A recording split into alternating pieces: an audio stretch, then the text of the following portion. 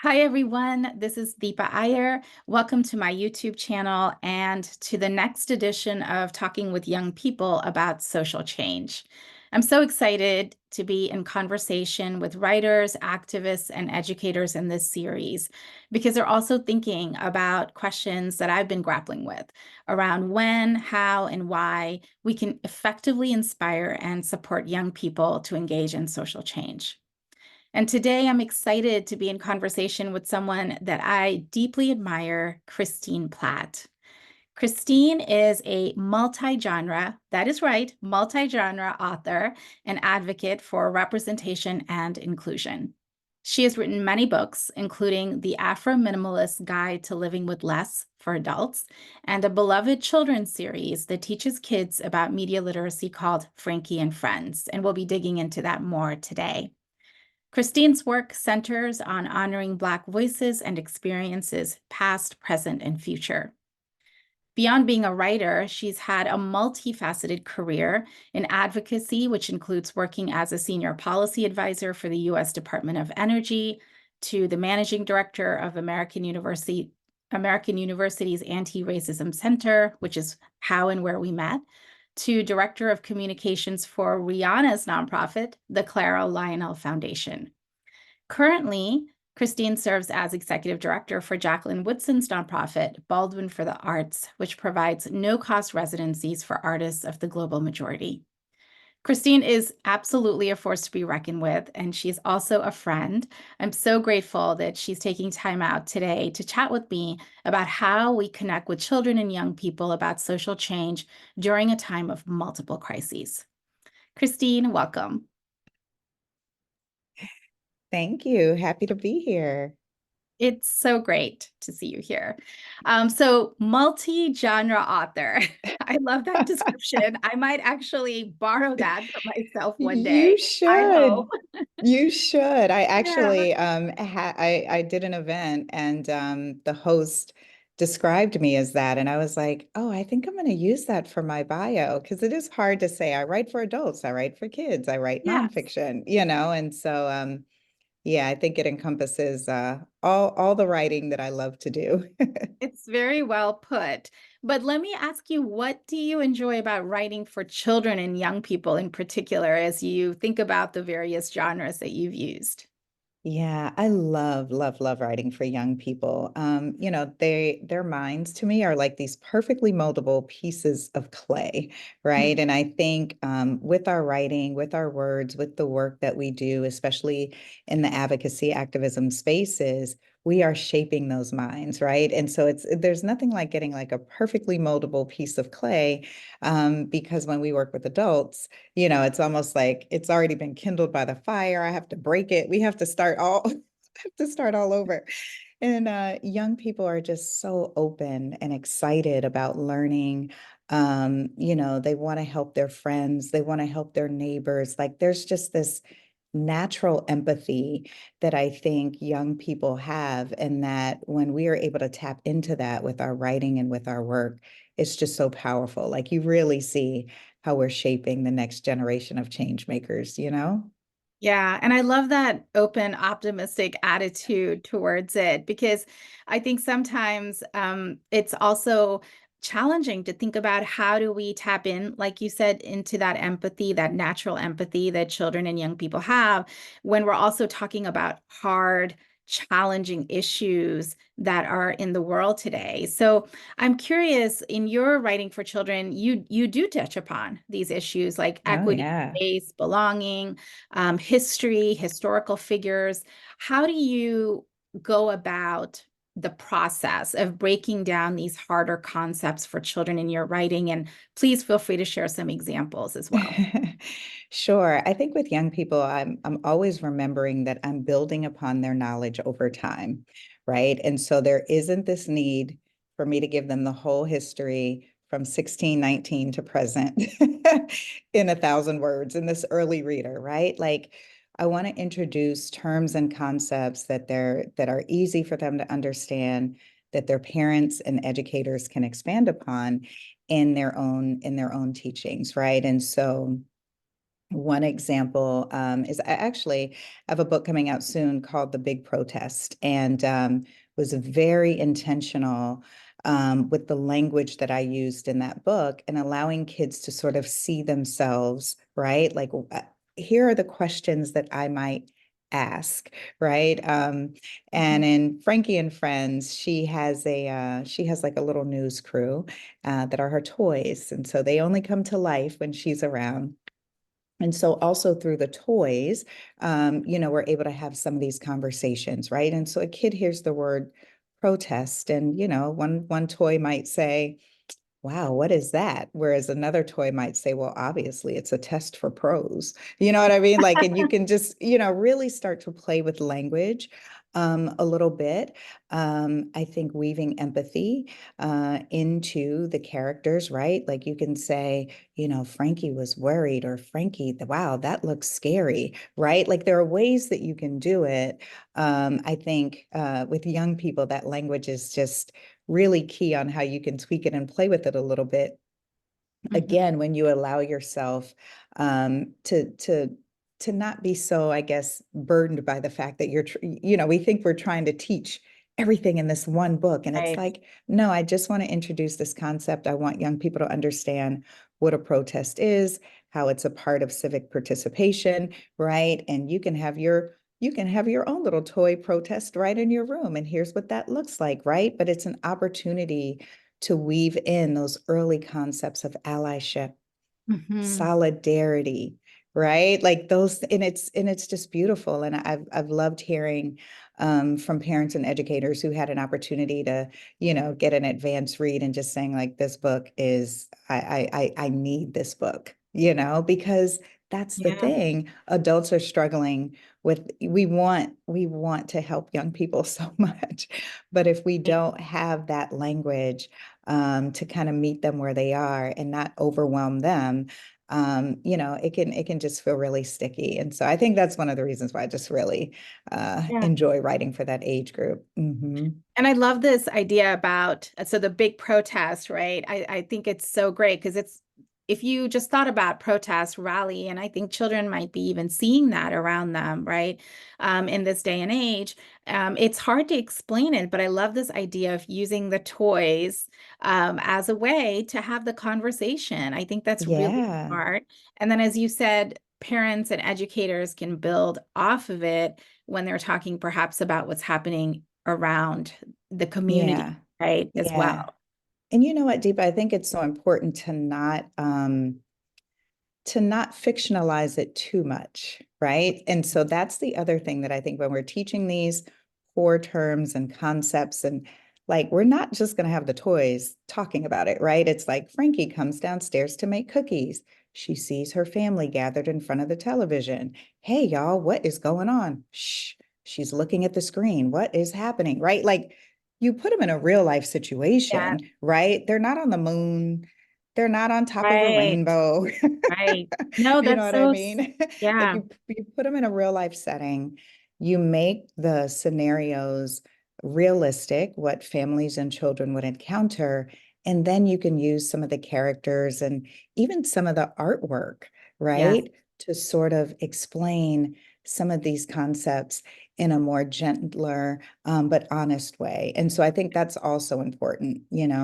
Yeah. So what I'm hearing from you is, and even as a parent, I think this is helpful because first we don't have to actually tell our children the A to Z, right, of racism or solidarity. We don't have to do all of it. It's more what you're saying is start utilizing what we know about children and their natural inclination for empathy. Mm-hmm. Start the conversation and use entry points like, for example, the toys that you mentioned, but then move on to talking about, and that's a third thing that I got from you, is to move on to talk about real life scenarios and situations. Yeah. Right? Don't just Y- stay in the fictional, safer space. So guide Yeah. children through it, but don't feel like you have to know it all or You teach them don't. all in one And or they two don't want to know all conversations. that. That's the Right. other thing. Yeah. Like, they don't even want to know all that. They literally just asked, what is a protest? And next Right. thing you know, we are giving them a whole Yes. dissertation. They're just like, what? Guilty. I am so Oh, guilty I of that. know.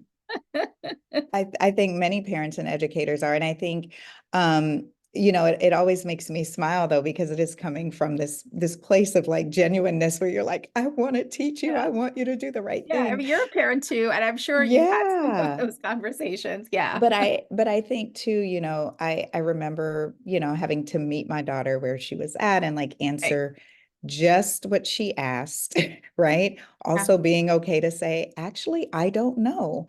Let's look that up together, right? And I think some of the Yeah.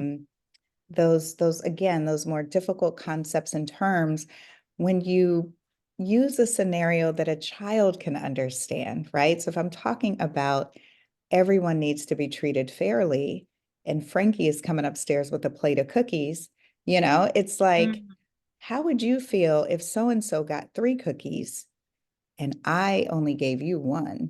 right? Or how would like you can use examples to sort of teach these concepts that aren't rooted in police Right. brutality. You know what I Right. mean? Like I could teach about fairness and equity, talking about cookies, talking Yeah. about sharing, talking about, you know what I mean? And so I think Yeah. letting parents and educators like just being giving yourself some grace, first of all, first and foremost, right? And then it's almost like taking a deep breath, that pause, just a deep Yeah. breath and saying, okay, what are they asking? And how can I explain this in just the most simplest, gentlest way, right? And then if they ask follow-up questions, that's different, right? Right. If they, oh, I understand fairness and equity now. Everyone should get the same amount of cookies. They run off, the conversation is done for now, right? If they want to expand on that, hmm, well, what if, everyone didn't get the same amount of cookies? Is that why people are protesting? You know what I mean? Then you answer that question, right? And Yeah. so I think, Yeah. having this sort of open door conversation where you can answer the question, they can come back and for follow up at any time, and you just go from there. It really does help. I love that. Yeah, I think the adults and the children manage some of these difficult conversations better. And also, as you were talking, I think I was also reflecting on how we can also trust that there will be future conversations, right? That our children are curious, that because they've already had this initial opening, Hmm. they're going to be more aware. They Yeah, might be learning something from peers or teachers, right? So it's not as though that one set of conversations, you have to get it all in and that do is it not just it. right. So I love that approach. Yeah. And There's yeah, one thing, if there's one thing you can count on is there will be future future conversations. conversations. Yeah. So, and your books are what I really like about your books, right, is that they offer, and they're early readers. This Hmm. particular series that we're talking about is Frankie and Friends, and they're early Hmm. readers. And um, tell us a little bit about how you think children's literature has shifted over the past like 5 to 10 years. Because even when my son was very young, he's 13 now, there weren't Hmm. many of these books, right? So what do Mm-mm. you think has shifted and why? And and what do you think parents have now in terms of children's literature that they can really lean on to have these conversations? So one of the things that I think has been probably the biggest shift Mhm. is the demand for more of this type of content, Right. right? I think with all of the book banning, with all of the challenges that and state mandates that educators are facing, because I really think about it more in an educational capacity, right? Because parents, I mean, they are the gate. They can do whatever they want. You can have whatever books you want at home. You Right. can have whatever conversations you want to have at home, and that is your superpower, right? I feel like educators are a bit more limited and restricted in what they can do and what they can teach, and I think that's where some of that sort of angst comes from, right? Like, oh man, my class is asking this question. I need to get it all out right now because I don't know. There might be a new law tomorrow where I can't say X, Y, and Z. And so I think sort of this sort of, I don't want to call it a sanction, but it's almost just like Mm. this restriction that so many folks are facing when it comes to talking about real life issues, history, Yes. current events. It is so heartbreaking, because I remember growing up and we were a country that kind of rallied around each other. You know what I mean? I have friends that write, especially when they're writing for older children. Um, they can't put their kids' faces online. They have to be careful about where they use their mailing. I mean, just craziness, right? Wow. Because and all you're trying to do is literally teach the truth and teach young people how to be better humans. Like no one is asking them to do anything but be better human beings. And I think the last 5 to 10 years, that's what we've seen. And I think it goes back to what we were talking about early on in the conversation. And that is because young people's minds are a perfectly moldable piece of clay. And if I can start molding and Right. shaping that mind for a more equitable, just, global citizen, right? Then it's going to be harder to break when they're older. Then we Right. start to see some of these systems dismantle. Then you know what I mean? And so I think that it is a very, oftentimes we say like, oh, these folks are so uneducated. That's why they're, implementing these laws or they don't, no, they fully understand. Right. Yeah. And yeah, I know Yes. you're, No, go no, ahead. but no, please. I think it's what you've done is like make the connection, I think, between the book banning and the restrictions on teaching history and, as you say, current events, to the broader backlash, right? Yeah. To Yeah. a demographic in the United States that is going to dismantle these inequitable systems. So in order to Yeah. keep them in power, there's definitely a backlash that extends even to children's literature. Absolutely. Absolutely. Because I mean, once I can shape that mind into here's what equity looks like, here's what solidarity looks like, Yeah. here's what it looks like to live in a fair and just society, here's what it means to be a global citizen. Here's what it looks like when you exercise citizen participation. And I'm giving you the language, right? We are creating little change makers that are like, I, this is the world that I want to grow up in, and I have the power to shape that. And I think that is why we are seeing such an attack, you know what I mean, on some of these again, just honest, truthful, just Yeah. stories, Yeah. right? And it's heartbreaking, but I think again, storytellers, educators, parents, we're all activists in this space, right? And so I think, for me, I've always used storytelling as a tool for social change. That has always been my tagline because I believe in the power of stories. And I believe and have seen how stories can, you know, garner empathy. I can see how stories can move people to want to bring about change in their personal lives, in their communities, right? And so once we truly understand our power as storytellers, it doesn't matter, right? Like I wrote The Big Protest. I was so careful with language. There is no way that book can be banned. Mm, You know what I mean? So I think that's the thing. Storytellers are like, oh, you're coming for this word and that word and that word. Gotcha. You know right. what I mean? Right. Like it's just a different form of activism now through Right. storytelling. Yeah, Yeah, and we can convey these concepts in different ways, right? We don't have to be kind of absolutely. stuck with the nomenclature and the words, or even the Yeah. legal status of the words, because as you say, it's about how it lands inside of you. It's what it evokes in Hmm. you that actually matters. Absolutely. Yeah. Absolutely. So one more question about the children's series, which is Sure. how have educators used these books? You talked about a couple of the stories, but I know you've also written about historical figures as well. So just Hmm. curious how you've seen educators use these stories and the books, and in what age range are they kind of geared towards as well? knowing that parents and educators use those early readers to really introduce difficult concepts is really powerful, right? To introduce some of these historical figures and teach maybe their background and history, right? Where these kids can say like, "Oh my gosh, I was just like MLK. I was just like Harriet Tubman. Oh, I didn't know that Alexander Hamilton faced this adversity." You know what I mean? And so I love that they use the books in that way. Um, Frankie and Friends is my first kids series that I'm super excited and proud of with a publisher that I adore, Candlewick Mm, Press, Walker Books US. They've just been phenomenal. And I love that they, really understood the challenges that I faced early on, and said, this is going to be a very different experience for you. We believe in you. We believe in your work. And like, how can we make this happen?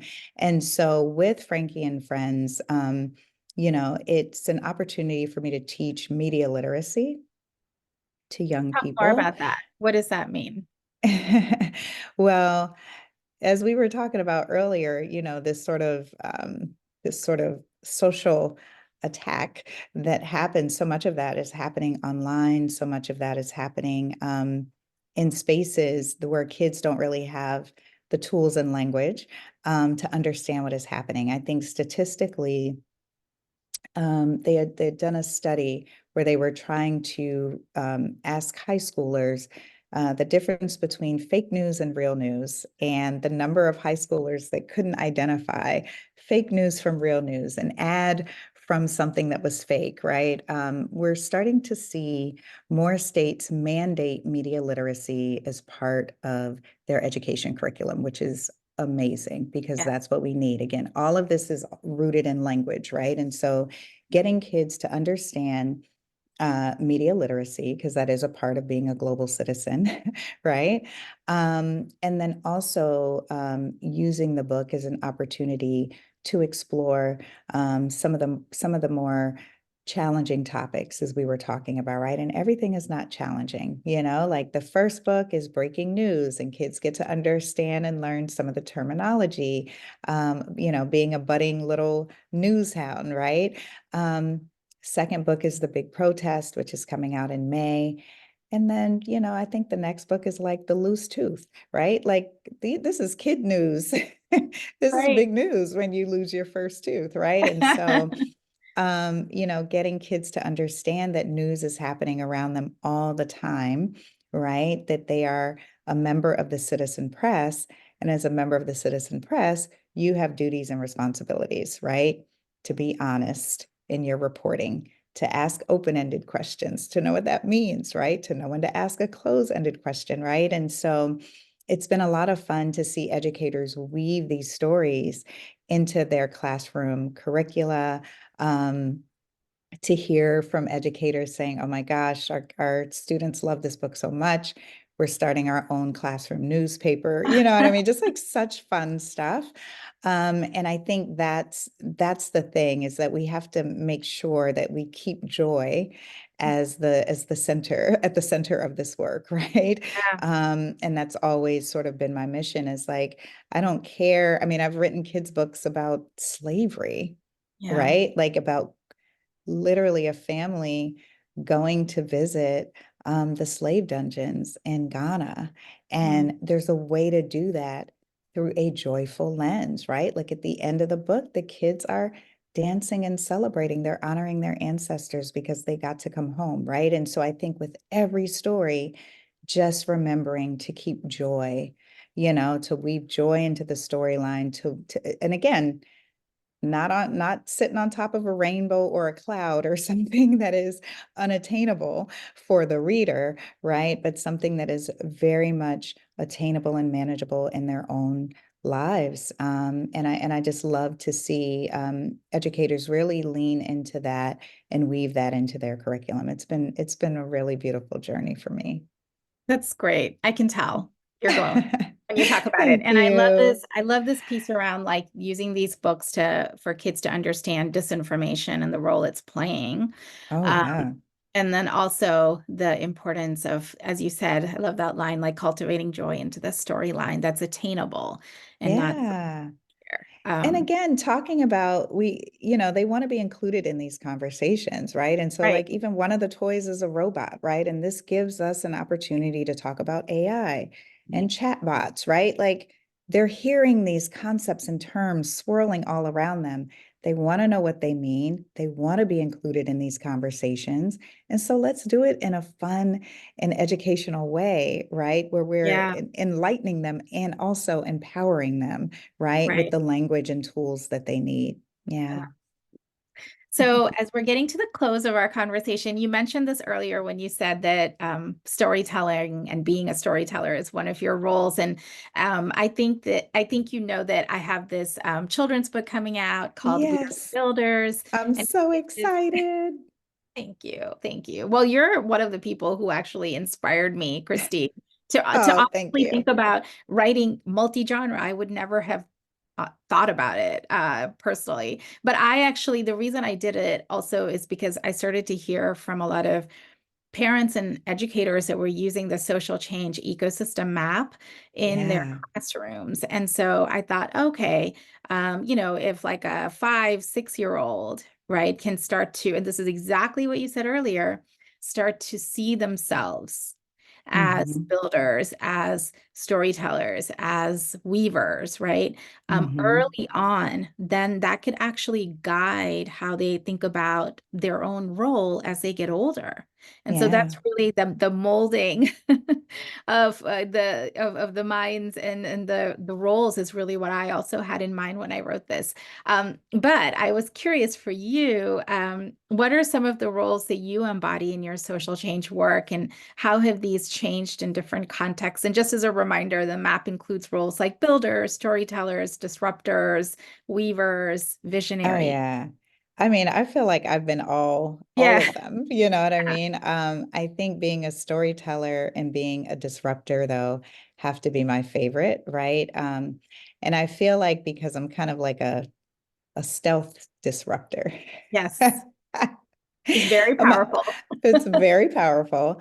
And I love seeing because when you disrupt something, especially when it's done in an empowering way, again, you see this opportunity and excitement that comes with rebuilding, right? I think so often when we think of disruption or we think of change, right, it's like, oh man, I have to start all over. But when you see this excitement, this like, oh man, I get to build something new and better and something that's more exciting, right? I think that's the part of being a disruptor that I Yeah. love so much. You know what I mean? And I think, it's so important that we're all weavers, you know what I mean? Like we're all like this idea that we can do anything individually is just not true, right? And so I think that is a very powerful concept for young people to learn. And again, when we were talking earlier, right, like we get to be visionaries with our storytelling, with Mhm. how we move through the challenges that come at us, whether it be book banning, whether it be a school saying we don't want you to come, you know what I mean? Like, okay, I'm going to go to the local library and I'm going to do it, right? Like we get Yeah. to really show what is possible when we meet these roadblocks. Excuse me, when we meet these roadblocks with this work. And so I love that wheel. I can't wait to see what it looks like for young people. And I think what's also pretty powerful is you talked earlier about like how have educators sort of used some of these books. Mhm. One thing that has been very surprising to me is learning that there are adults that read these books too, Yeah. to understand some of these difficult concepts, to understand the history of this country in bite-sized, digestible ways, right? And so I've heard from so Yes. many immigrants that are just like, "Oh man, I loved your book about Alexander Hamilton," and I was like, "You read that?" And they're like, "Yeah, I got to take the test, and I got to know this, and I got to know that," and and Oh, it's I just like, totally agree. Yeah. and I think so I children's literature is also for adults. it Yeah. is, and so I think. It'll be interesting to see how many adults also, really gravitate towards, Right. that chart. Yeah, I love it. I mean, I recommend children's books for folks all the time, like Yeah. here is a great introduction to this concept. You should not start with this academic text. I totally agree. I absolutely agree with you. I really do. This is a way to communicate information that seems challenging to all ages and to do Hmm. it in, a way that feels that lands well with us, right? Instead of being Absolutely. inaccessible. Yeah. So how can folks find out more about you, Christine? How can they pre-order the big protest? How can they invite you for book talks? Yes, yes. Please visit my website. I am christineplatt.com. I'll have some more information up there about Miss Frankie. And then also you can, my whole team, their information is on there. So I'm back to doing school visits. I'm so excited. I have my first school visit coming up in a few weeks. Love talking with students and educators. And, a lot of these kids have already read book one, so they're super excited for book two. So get me on your calendar for school visits. And also bookstores, libraries. I mean, I think anywhere where we can really have these conversations, and open up the dialogue to, really discuss some of the more, making some real life sort of analogies and connections, I think is super powerful. And I love when parents are also able to attend. And so that's the one thing, when you're in the school, it's great. You get to be in conversation with the kids and the Right. educators, but it is also nice to have parents be a part of the conversation. So yeah, you can find me at imchristineplatt.com. Frankie and Friends comes out, the big protest comes out May 7th, which is super exciting. And yeah, you know me, I'm around. I Thank look you. forward to being on the road a little bit this summer as well. And Yeah. so hopefully I'll get a chance to meet some of your viewers and folks soon. I know. Well, we'll put all of the information on the page so folks can get to it. And I'm super excited. I'm gonna be pre-ordering that book right away Thank because you. I think I will enjoy reading it. And thank you, Christine, not just for the writing you do, but also how you model so much of leadership and empowerment. I love following your page and learning about what you're up to, and your vulnerability and your openness is just an inspiration to me and so Oh, many other thank women out you. there. So thank you for being You. who you are and for sharing with the Thank world. you. And for everyone watching, thank you so much for joining. More Yes. information will be on this page. And please follow Christine Platt, and we will see you next time on the series. Thank you for having me. Bye.